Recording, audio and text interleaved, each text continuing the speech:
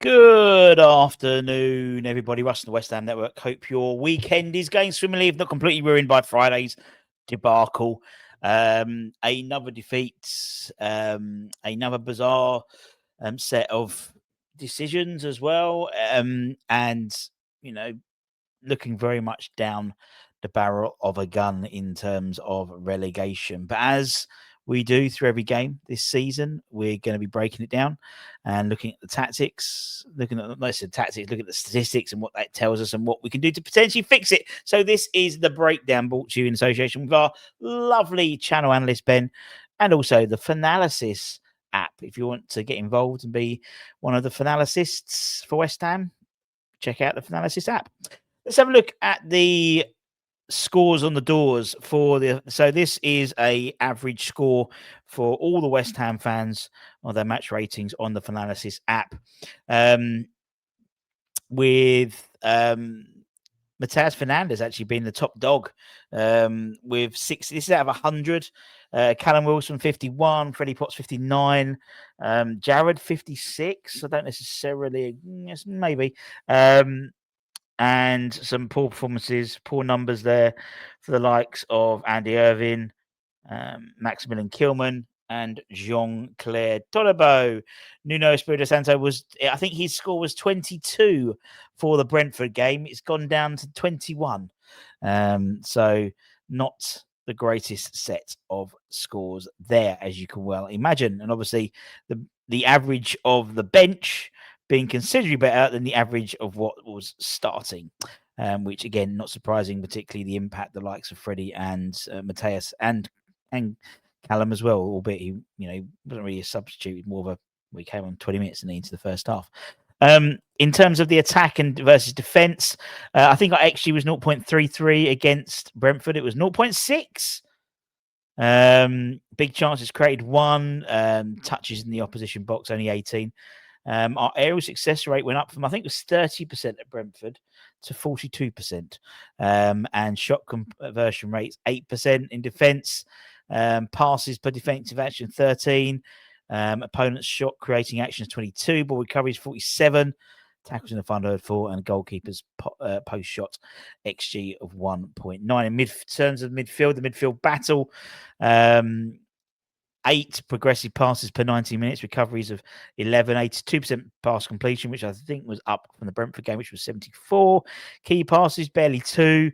Progressive carries, only 18. Expected pass turnovers was 2.4. Looking at the attacking movement, you can see clearly very biased towards our left-hand side, 41% with only 33% on the right-hand side and 26% through the middle. So what does this tell us in terms of the stats? Firstly, low XG and XA reflect a blunt attacking edge with just 0.6 XG, 0.4 XA. Struggled again to create high-quality chances. 1 big chance and only 18 chances in the opposition box suggest lacking penetration, especially central, with obviously only 26% of the attacks coming through the middle. We've hinted on the left side biasness.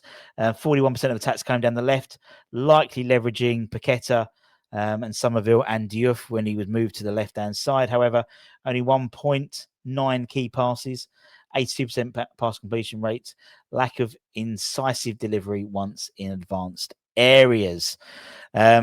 Passive pressing and defensive vulnerability, 13.2 PPDA, shows West Ham allowed Leeds time on the ball, and 22 shots creating actions indicate they were reactive rather than proactive defensively. And that's the issue we saw last time. I mean, looking at the Brentford game, Jordan Henderson, I think it might have been Jamie O'Hara or someone like that picking it up on Sky Sports, saying literally Jordan Henderson was like walking through the midfield. And again, it was the same, but we had the same midfield as we had for the Brentford game. So what's that thing? Is it a sign of madness when you do the same things hoping for a different outcome? That's what we did again, which I didn't understand.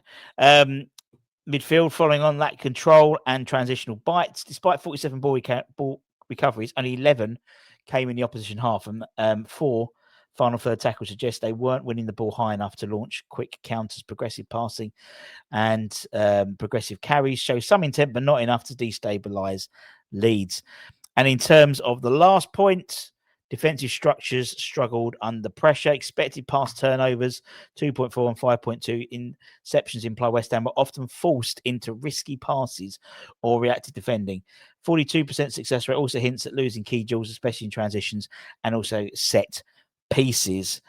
It's very similar.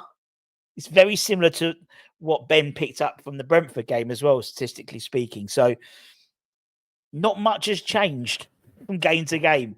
Now we've, since the Friday game, not playing again until next Sunday. There is a 9-day period. So will we see something different? Will we see anything? In terms of Bob the Builder, can we fix it? Yes, we can. Question mark. In terms of how we can fix it, tight and defensive midfield screening. That's pretty much key to what we're trying to do, in all honesty. So, with that, Leeds exploited central areas, 22, shot creating actions, and 1.6 XGA. So basically, Leeds, and several times in that game, I think it was Tanaka as well. He was drifting inside, and there was a couple of times where he got a couple of shots away where there was just no pressure. There's no pressure on him. We need a change in this area. We need to deploy a dedicated ball-winning midfielder to shield the back line and break up transition. Pair him with a more mobile partner to cover lateral gaps. If it's a case of Freddie Potts and Fernandez, or Magassa and Fernandez, or maybe a double pivot with Magassa and Potts and Fernandez, we need that sorted ASAP. Next point, increase the final third aggression. We had one big chance created in the whole game. Pushing maybe the fullbacks higher into possession, especially down the right-hand side to balance the left-sided biasness, which, to be honest, that creeped in during, that's left-hand side biasness until probably last season was very much a feature of our play. You're looking under the Moyes era and stuff like that. I know it's 2 of the 3 have gone, but Emerson, Benrahma, Paqueta, they had that little triangle, and a lot of stuff came down the left-hand side. Not much came down the right-hand side. With Aaron coming in last year, it did balance it out, but it seems to have gone the other way. Part of the reason might have been because we started the game with those inverted fullbacks again, which made no sense. I just didn't understand it. I hope a question is asked on Friday for the press conference about why we're doing that. Using Paqueta or in advanced half spaces to feed cutback and balls through. We just need, to try and even that out.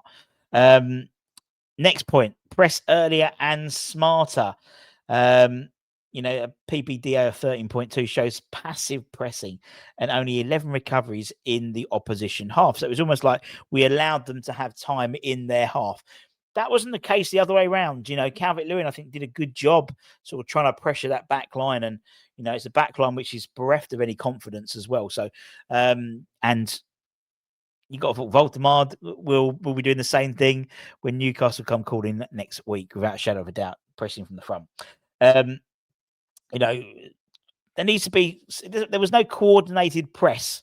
There needs to be, particularly when opposition are playing back to the keeper or wide under pressure. Using Bowen, using Somerville to trap and force errors. That's how they do it to us. We need to fucking do it to them. Next point, the varying the attack zones more effectively. I said 41% of the attack came down the left-hand side, only 26% centrally. So, maybe again, utilising that false 9 to drag the defenders away, from where they normally are set, opening up gaps in the middle. It seems pretty basic stuff we need to be doing. And I still think if we can do the basics, I still think there is a glimmer of hope. I really do with this side, despite many not. Roaming forward, could open up central lanes, diagonals. We haven't done any diags for a while. That isolates winning stretches, that compact block. We need to stretch teams and then utilise the likes of Somerville and Bowen to get beyond their front men, get beyond their fullbacks. And lastly, we say this every week, improve set piece structure. You know, again, only 42% of aerial success rate. I think, as I said, last game was 33%. So, there has been, almost a 40% increase in game on game, but still, it's not where we need to be. And again, poor defensive duels. And I mean, Ben's made a point here, assigning clearer zonal areas in defensive corners and free kicks, taller midfielders or centre halves, to contest second balls and create chaos in the box. It always, when I don't understand, and again, this is me, fat bloke, sitting in front of a webcam in Hornchurch. I'm not a fan of the bouncing, the sort of bouncing they do. I'm not a fan of that, but also I'm not a fan of who they're picking up. So, the Rondon goal, again, our 9th conceded in set pieces this year, 6 more than the next one, or 5 more now. But still, you've got a situation where Paqueta's marking the centre half, and I never understand that. I always think that centre halves should mark forwards, and forwards should mark centre half, or centre half, centre half, forwards to forwards. I didn't get, because they'll know the way of travel, surely. I mean, we made a final point in terms of how we can fix it. Putting aside passion for stats, there are stories. There are stories that stats don't tell. Clubs in crisis, defenders look scared every time there's a ball near them. And we're scared as fans as soon as there's a corner. It's almost like the reverse to when Payet was playing. We were excited for corners. We were excited for free kicks. Anytime we concede a free kick, and he's, within 20 yards of the box, anytime we concede a corner, we're anxious. And if we're anxious, you can imagine the players in the pitch are anxious as well. In and out of possession, defenders look scared. Everything's being overhit, and they're bereft of any confidence. We know the team selection was totally wrong. Diouf, I thought, looked bad. Really, he didn't have a great game defensively. And Ben's made a point here. The only bit of leadership came from when the introduction of Freddie Potts came in. The only thing I think is, can he save us with the passion of a homegrown player in the middle of that park? I wouldn't want to risk it all. Risk it on the head of a 21-year-old, in all honesty, but it did seem, and Simon made a point, me and my brother's WhatsApp group chat, that although it's never nice to see a player get injured, the playing, when Ollie went off injured and then Callum coming on, we looked better. We couldn't have much worse things, but we looked better. ?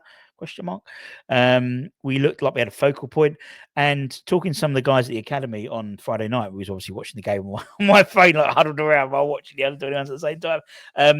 They were saying, they said sometimes it's these injuries or suspensions or something happens where you have to change things, and that changes the manager's perception.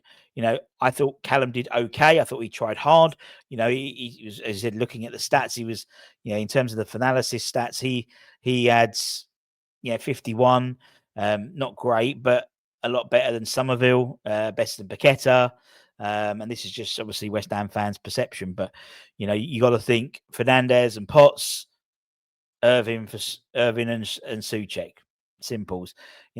Ollie will probably be out for a bit of this. It looked like a dislocated shoulder, so hopefully it means that the likes of Wan-Bissaka can play in the right position, and we're playing at home as well. So most people were calling for the team that finished the game to be starting the game, or as much as possible.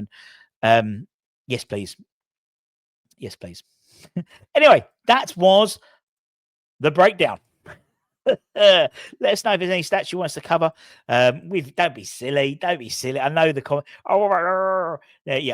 Actual stats you want Ben to cover in the next ones, so we can make this and develop this as we go through. Obviously, we've only been doing it for a couple of weeks now, but you had some really nice comments about it. Looking at things a bit more analytically. We have the knee-jerk reactions and we have our thoughts, but break it down, looking at it from a holistic perspective. God, that's a long word for a Sunday. But if you like what we do, don't forget to like, comment, share. Don't forget to give it a hype. If you've got any spare hypes left, for the week, maybe. Give it a hype. And we'll be back tomorrow. We'll have the Academy show. Some, decent run out for the Academy this week. Bit of a profile about who could step up next to the Academy as well. Just a little bit of a teaser. Until next time, take care, stay safe, stay warm, stay humble. Have a nice Sunday roast. Cheer up. Watch the F1 later on. Much love. Bye-bye.